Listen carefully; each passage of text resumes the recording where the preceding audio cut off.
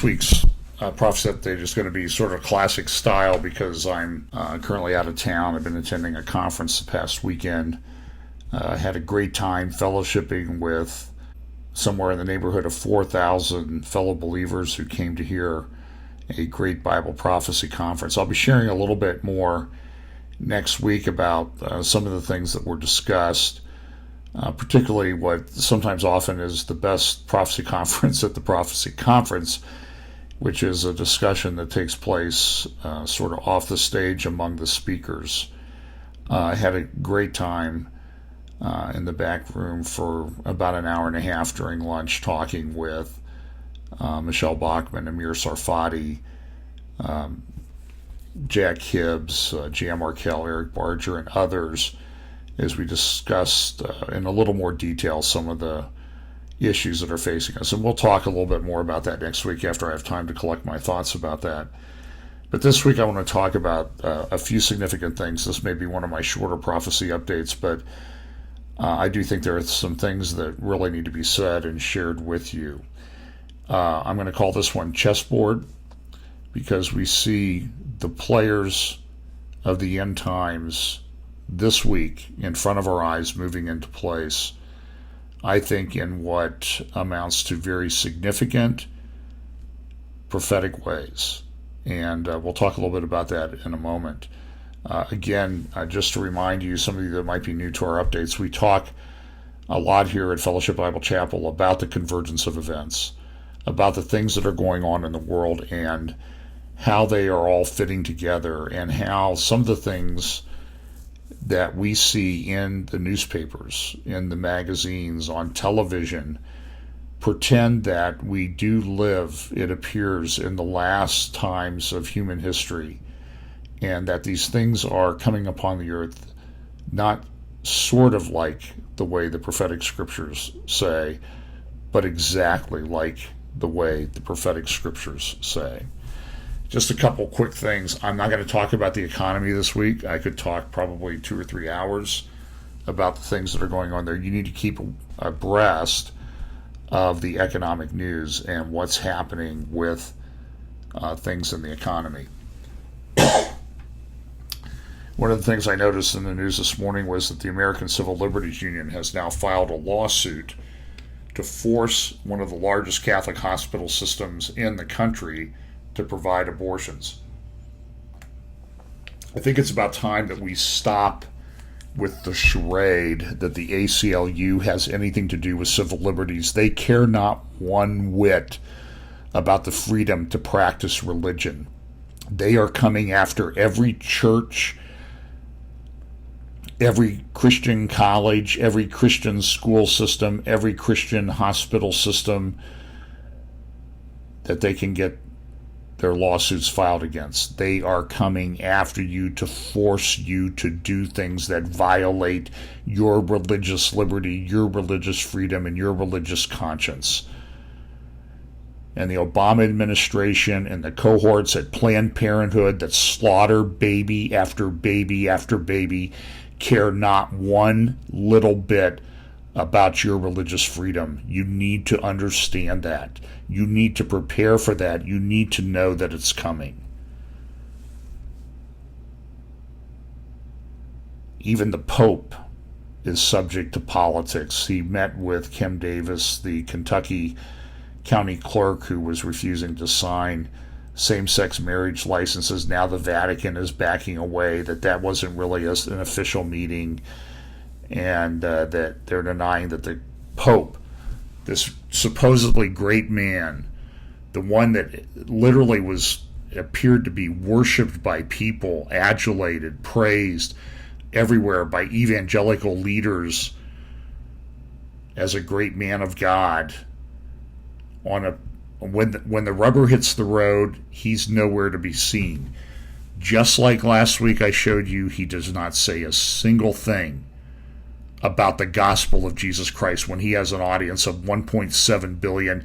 Here he has an opportunity to make a stand against same-sex marriage, and he does nothing. This man is no vicar of Christ. In this country again, and in a significant development, we saw a shooting this week in our country. This shooting was different in that it involved a shooter in Oregon at a community college who went down the line and asked people, "Are you a Christian?" And if they said, "Yes, I am a Christian," he says, "Well, good. In about a second, you're going to meet God." And he shot them in the head and killed a number of them.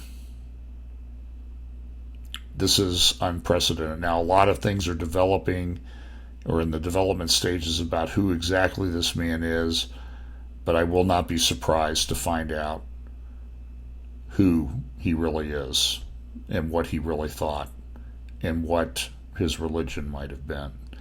But that's for a further message.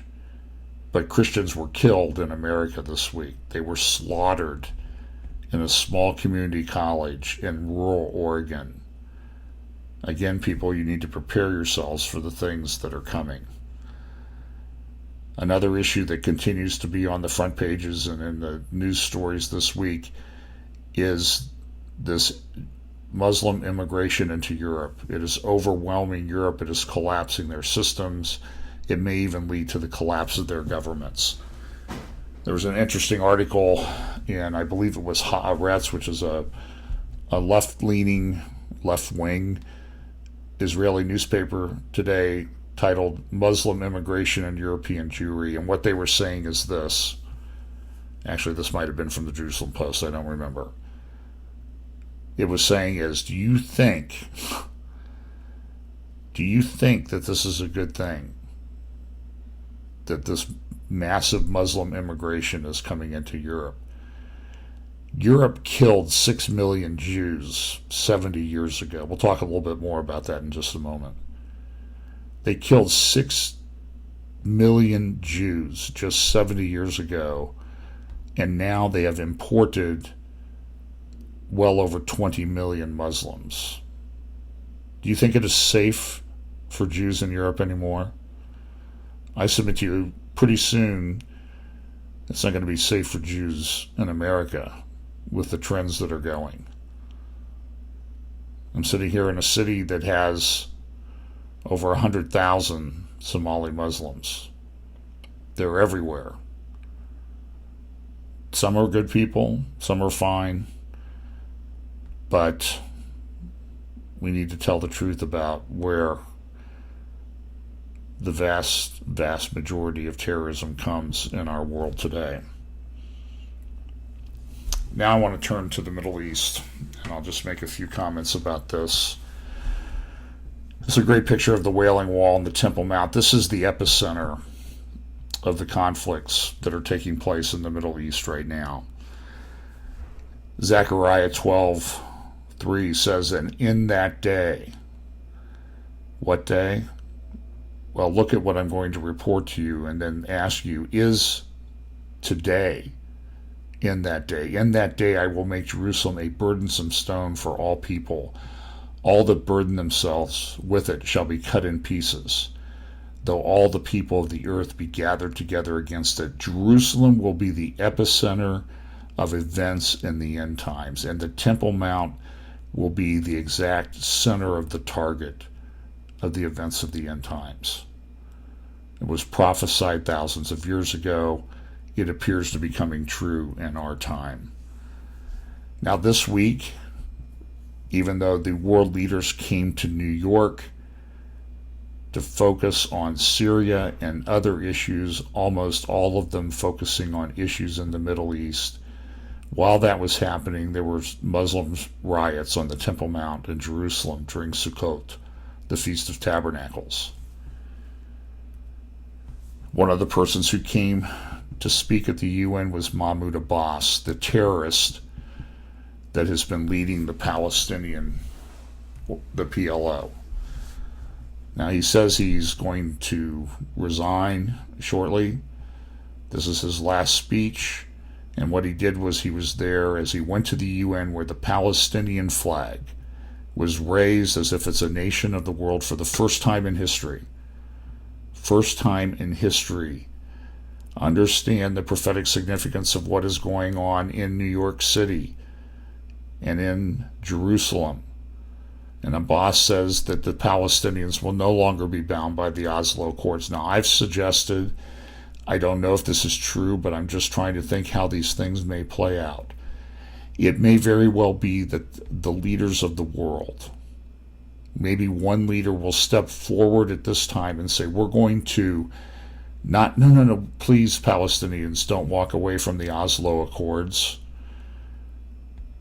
We can make the covenant, we can make that treaty, we can make that agreement more firm.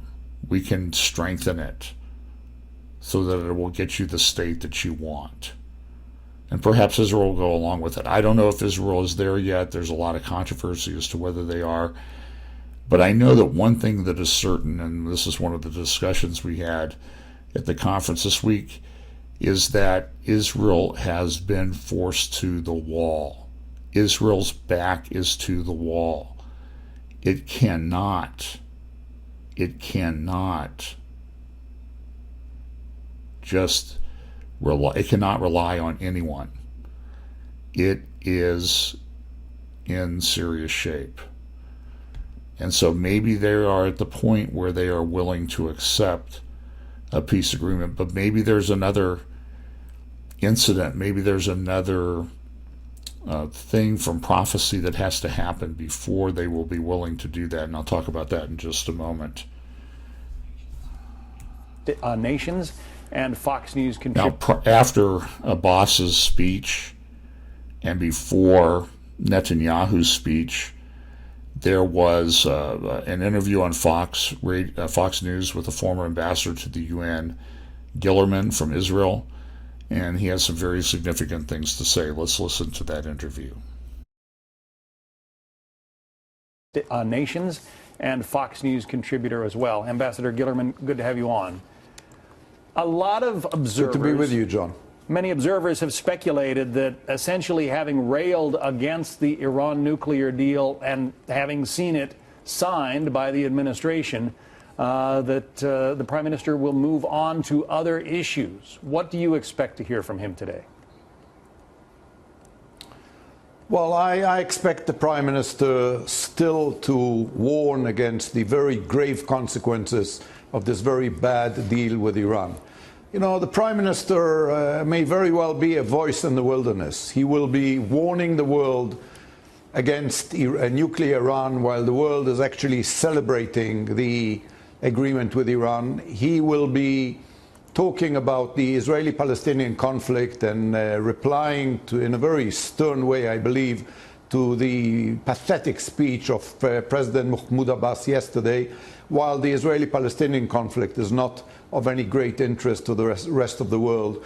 But I believe that the Prime Minister feels it's his duty as the leader of Israel to be the canary in the coal mine, as Israel has always been, and even if it's not popular, to warn against a bad deal with Iran and to try and find and resolve the Israeli-Palestinian conflict in the very, very real upheaval which the Middle East is undergoing today.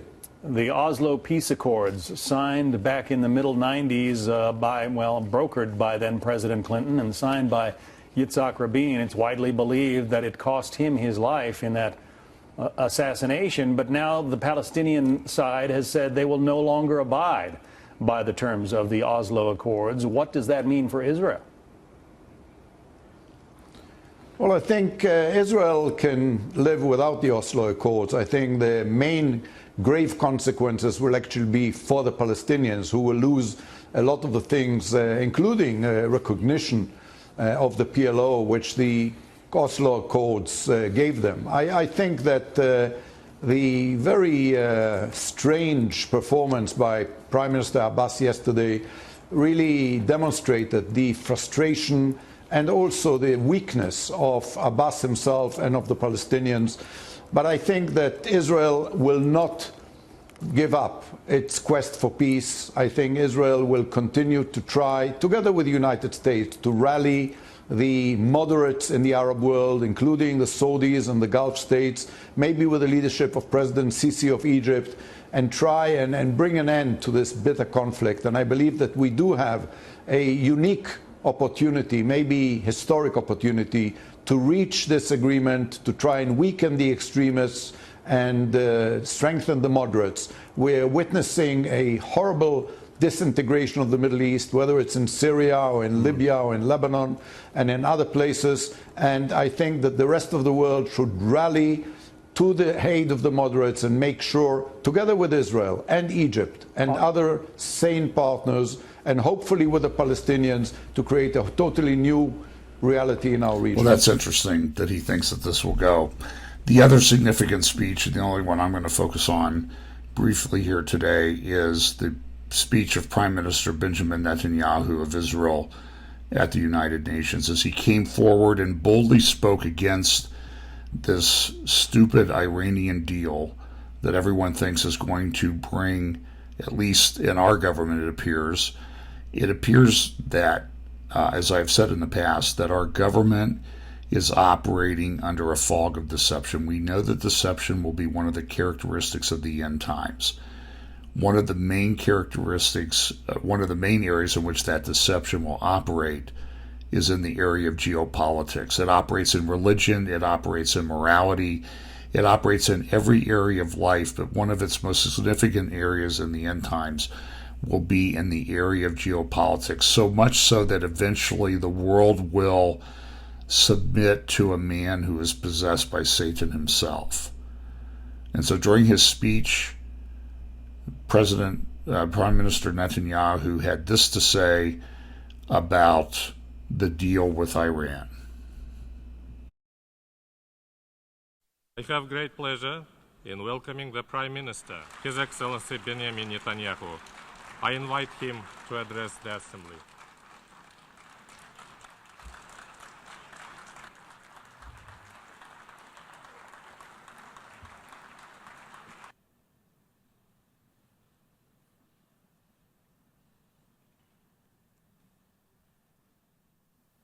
So after 3 days of listening to world leaders praise the nuclear deal with Iran, I begin my speech today by saying, ladies and gentlemen, check your enthusiasm at the door. You see, this deal doesn't make peace more likely. By fueling Iran's aggressions with billions of dollars in sanctions relief, it makes war more likely. Just look at what Iran has done in the last 6 months alone, since the framework agreement was announced in Lausanne. Iran boosted its supply of devastating weapons to Syria. Iran sent more soldiers of its Revolutionary Guard into Syria. Iran sent thousands of Afghani and Pakistani Shiite fighters to Syria. Iran did all this to prop up Assad's brutal regime. Iran also shipped tons of weapons and ammunition to the Houthi rebels in Yemen, including another shipment just 2 days ago. Iran threatened to topple Jordan.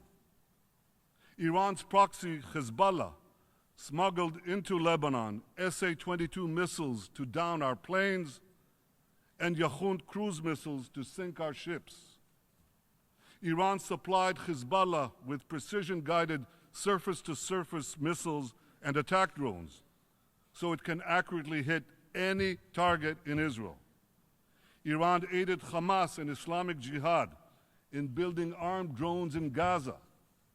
Iran also made clear its plans to open 2 new terror fronts against Israel, promising to arm Palestinians in the West Bank and sending its Revolutionary Guard generals to the Golan Heights, from which its operatives recently fired rockets on northern Israel.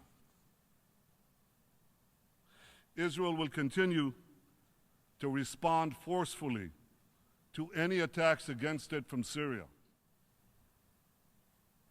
70 years after the murder of 6 million Jews, Iran's rulers promised to destroy my country, murder my people, and the response from this body, the response from nearly every one of the governments represented here, has been absolutely nothing. Utter silence. Deafening silence.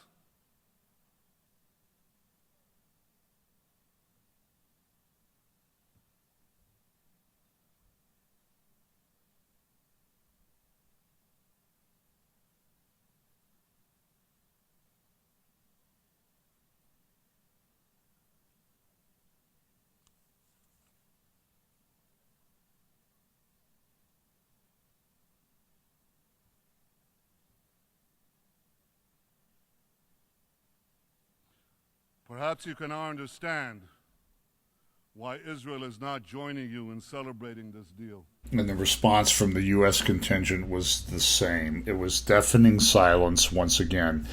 In fact, in a diplomatic slap at the Prime Minister of Israel, Samantha Power, the UN ambassador, was supposedly on a conference call and could not attend the speech because she was on a conference call with Barack Obama. This was a diplomatic slap in the face to the United States, supposedly Israel's best friend. But maybe Israel's no friend no longer.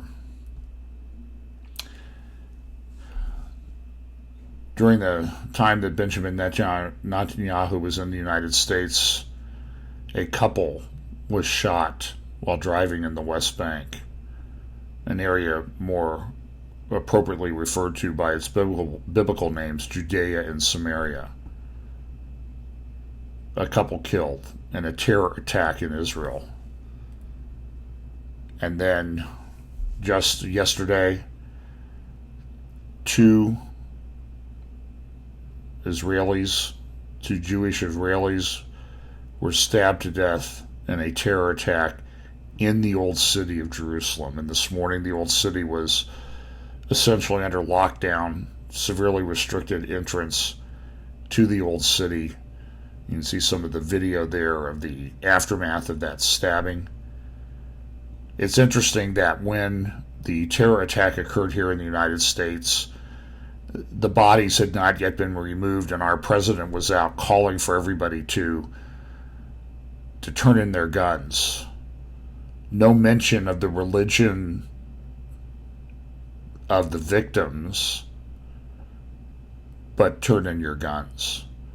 I'm wondering, when are you, President Obama, when are you going to have a news conference about these attacks in the old city of Jerusalem, the heart of Jewish history? Are you going to have a news conference and call for the banning of knives? I'm not holding my breath. You shouldn't either. And Haaretz this morning in its newspaper said, has the third intifada begun? In fact, this is something we were talking about just yesterday. And it says here there were 2 intifadas previously. One started in about 2000. It was an uprising of the Palestinians, and it went on for years. It included terrorist suicide bombings in the heart of Jerusalem in commercial areas. And Haaretz's article says this week, the third intifada was the headline emblazoned on the front page of Yedioth Aharonth, the tabloid of Middle Israel, on Sunday morning. Newspapers, of course, have to sell papers, and a headline doesn't necessarily define or create reality. But it matters if Israelis and Palestinians call the latest round of killings in Jerusalem and the West Bank an intifada. And I would suggest to you that I think that the third intifada may be underway. And this may be one of those things that triggers some of the things that we see in prophecy in Psalm 83 and elsewhere. Keep an eye on that. And what we see this week is Another very significant thing is Russia's move into Syria. I remember many years ago, around the time of the collapse of the Soviet Union, people used to poo-poo Bible prophecy teachers who said that the collapse of the Soviet Union proved that Ezekiel 38:39 had nothing to do with a future event.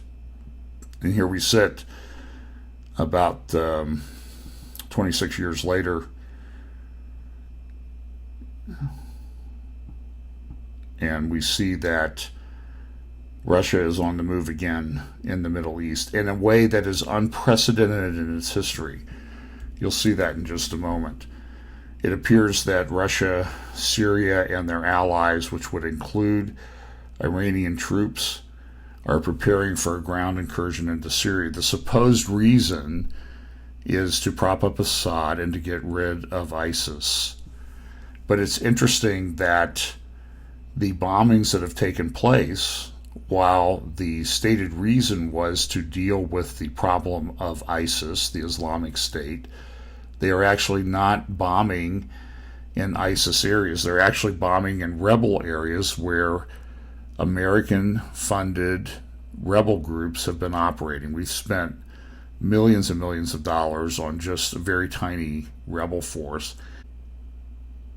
That's who Putin is attacking with these missile attacks and these bombs. This has enormous implications for Israel, enormous implications for the West, for Europe, for NATO, and for the United States. And this is a very significant move in a geopolitical sense. Here you see some of the bombing attacks that are taking place in Syria on these rebel strongholds.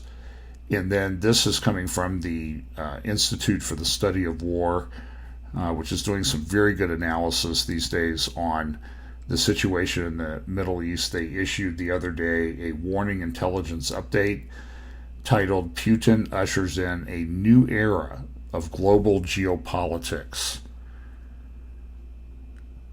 And the beginning part of the article says this: the positioning of Russian aircraft in Syria gives the Kremlin an ability to shape and control U.S. and Western operations in both Syria and Iraq out of all proportion to the size of the Russian force. Now, the United States is the most powerful army in the world, but Russia, by being very clever, and I think I've said in the past, the Persians invented chess, the Russians mastered it, and now the Russians are moving the pieces around the chessboard, I think in a prophetically very significant way. And they're able now to project power into the Middle East by what they've done out of all proportion to the size of their force. Look at what this says. It can compel the U.S. to accept a de facto combined coalition with Russia, Syria, Iran, and Lebanese Hezbollah, possibly in support of indiscriminate operations against any and all regime opponents, not just ISIS and Jabhat al-Nusra. It may portend the establishment of a permanent Russian air and naval base in the eastern Mediterranean. Russian forces have prepared and trained to conduct close air support and possibly special operations in Syria and may begin doing so within days.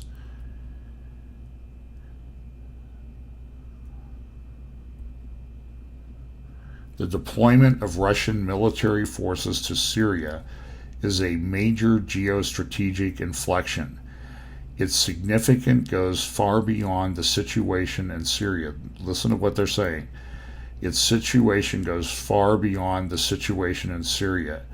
It may well herald, in fact, a new era in global geopolitics and security. Even these secular sources are recognizing this as an incredibly significant move by Russia. And then this in the Institute for Study of War report, it would be the first time, repeat, it would be the first time in history that Russia had an outpost on land for projecting force beyond the confines of the Black Sea. The U.S. and NATO must consider and respond to this development, recognizing its true stakes. A very significant thing. And then this map, one from the Washington Post on the left and the other from the Institute for the Study of War report about the Russian strikes. You can see the yellow areas, which are the areas of rebel control. ISIS is located in the gray area, and you can see that the Russian strikes are not anywhere really near the gray area. There are some low confidence strikes. That means they didn't really accomplish anything in an area that might be under ISIS and rebel control, sort of a disputed area. But these are mainly in the rebel areas to reconstitute, to build back up the regime of Assad and what's left of it. There's not much left of Syria.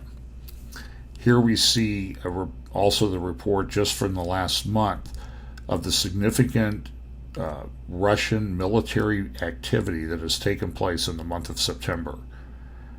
This, I believe, it does have potentially very significant prophetic implications as to what's going. This is the area that we read so much about in Bible prophecy as to where some of these final wars of history and prophecy will take place.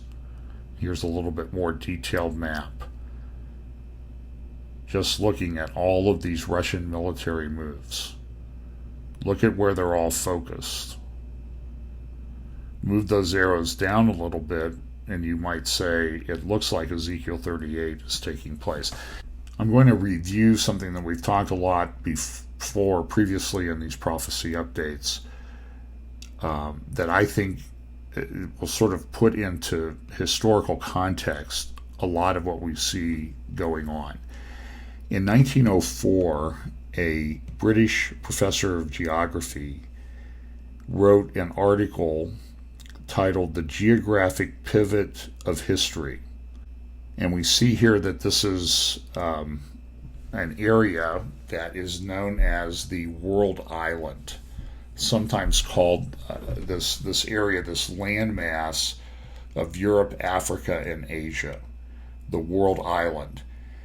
And he came up with this theory about the control of the heartland. And he said that whoever controls East Europe controls the heartland. Whoever controls the heartland controls the world. Now, that theory was developed over time. It also and brought into play the rimland, which would include the areas that we talk a lot now about the Middle East. And this is the area where you would see most of the wars of history originate. The Great World Wars originated in this area, both of them. The final wars appear that they will originate in this area. The things that are going on in Ukraine, the battle over the very fertile land of Ukraine, are incredibly significant as part of the development of these final wars. I believe we're in the beginning stages of World War III.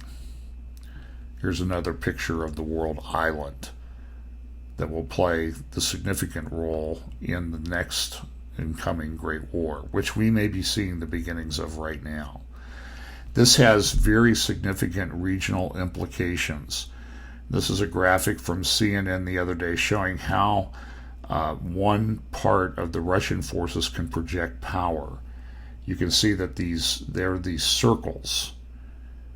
And so from the base in Latvia, those circles, they have a 400-kilometer radius. So if the base is in Latvia, they can project a 400-kilometer radius in this area from that base. If you move over here to another base in eastern Syria, where Russians are apparently starting to upgrade their facilities, they could project power in this area. But look what happens if they move their forces down here to Damascus. They can project power in this area, and you will see that takes in the whole area of the nation of Israel. That, I would submit, is very significant. Here is another graphic from the Institute of Study of War showing the same thing, where these various Russian forces can project power. This is unprecedented in history. This has never happened before. This is what people have been saying is going to happen. Iranian ground troops from Iran, Persia in the Bible, are now on the ground in Syria, right next to the nation of Israel. But here is a prophecy from Isaiah, the oracle of Damascus, one of the most significant prophecies of the Old Testament, particularly in our day and age. Isaiah 17, verse 1, the burden of Damascus. Behold, Damascus is taken away from being a city, and it shall be a ruinous heap. Now this says that Damascus will be taken away from being a city. I know there are people that say that this prophecy was fulfilled back at the time of the Assyrian invasion down into Israel, through Syria into Israel.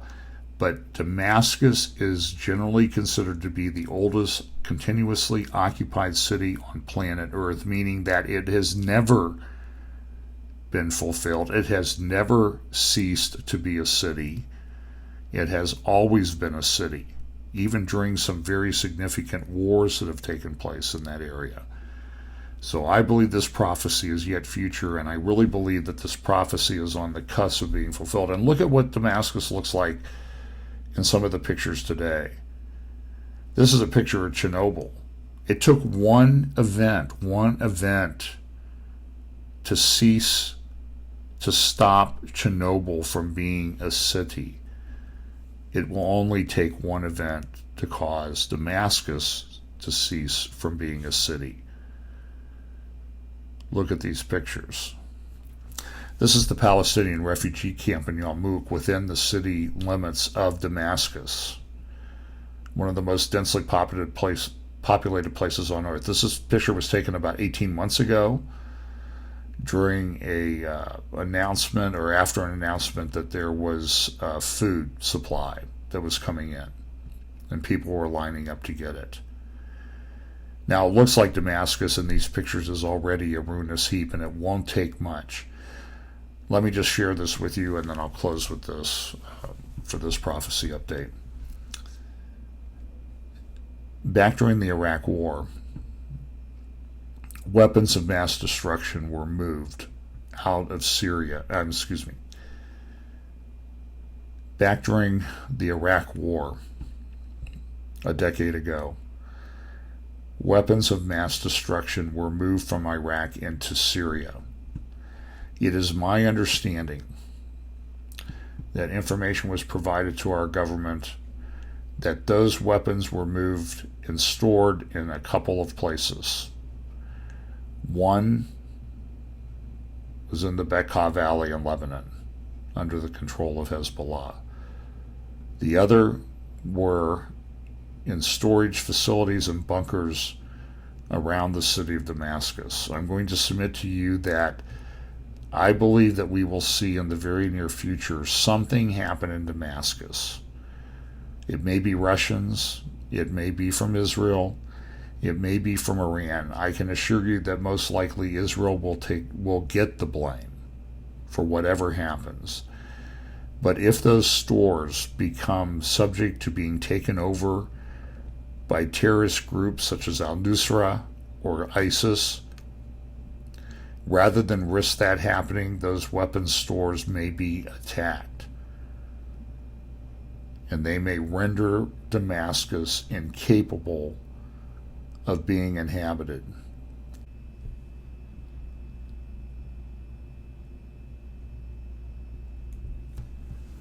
And Caroline Glick has a very interesting thing about Israel and the state that Israel is brought to, and I'll close with this.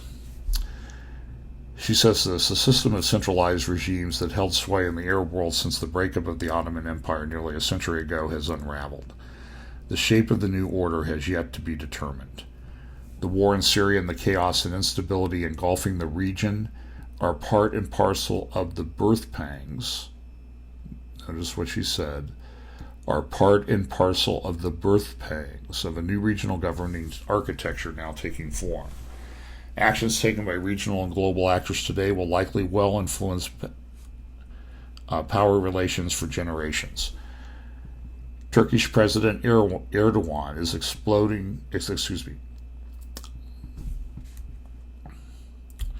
Turkish President Erdogan is exploiting the rise of Islamic State in Syria and Iraq to fight the Kurds in both countries. Erdogan's goal is twofold: to prevent the establishment of an independent Kurdistan and to disenfranchise the Kurds in Turkey. As for Iran, Syria is Iran's bulwark against Sunni power in the Arab world and the logistical base for Tehran's Shiite Foreign Legion Hezbollah. Iranian dictator Ali Khamenei is willing to fight to the bitter end to hold as much of Syrian territory as possible. Broadly speaking, Iran views the breakup of the Arab state system as both a threat and an opportunity. The chaos threatens Iran because it has radicalized the Sunni world. If Sunni forces unite, their numeric advantage against Shiite Iran will imperil it. Now, with Iranian and Russian assistance, Hezbollah is beginning to develop the industrial capacity to bypass Israel and independently produce advanced weapons inside Lebanon. This rapid industrialization of Hezbollah's military capabilities requires Israel to end its respect for the all-but-destroyed international border and take direct action against Hezbollah's capabilities in Lebanon. This brings us to Hezbollah's boss, Iran.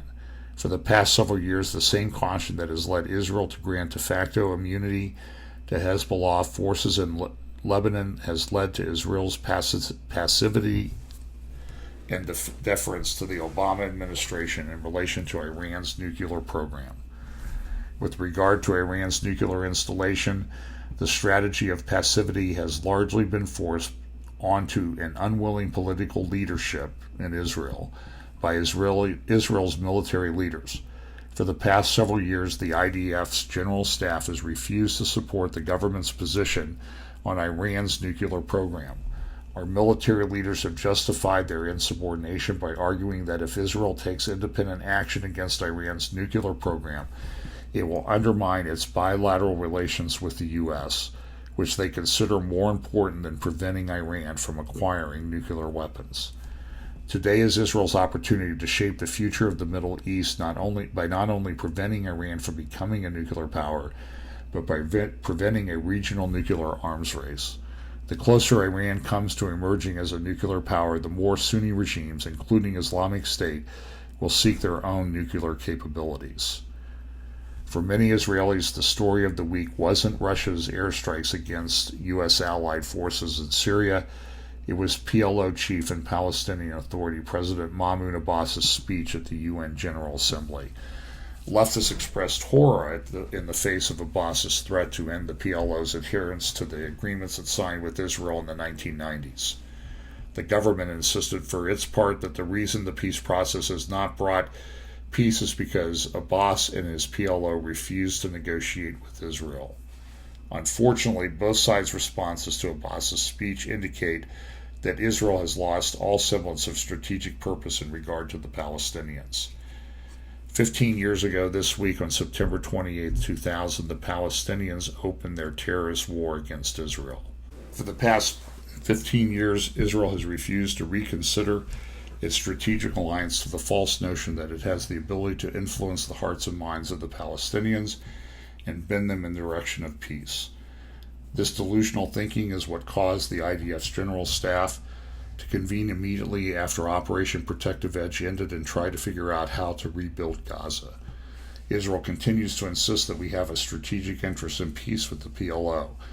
Even if this is true in theory, chances are greater that unicorns will fall from the sky and prance through Jerusalem's old city than the PLO will agree to make peace with Israel. Our continued defense of the PLO as a legitimate actor harms our ability to secure other strategic interests that are achievable and can improve Israel's regional position. Israel must not allow the risk of action to lure us into strategic paralysis that imperils our future. The more Israel allows other actors to determine the nature of the emerging regional order, the less secure Israel will be. The more willing we are to take calculated risks today, the greater our ability will be to influence the future architecture of regional power relations, and so minimize threats to our survival in the decades to come. That's Caroline Glick in Friday's Jerusalem Post. My friends, we live in very prophetically significant times, and I will leave you with this admonition that this is a time of all times that you examine yourself, that you reorder your life in light of God's plan, that you take the opportunity to share the gospel and these warnings with your friends and neighbors, because there may come a time very quickly when eternal destinies cannot be changed. It is a significant time, and we should live in light of that time. Let's pray. Father, I just pray that you'll bless us this week. Give us ears to hear, hearts to understand the things that you are saying in your word, and then we will take those to heart and act accordingly. Bless us this week in Jesus' name. Amen.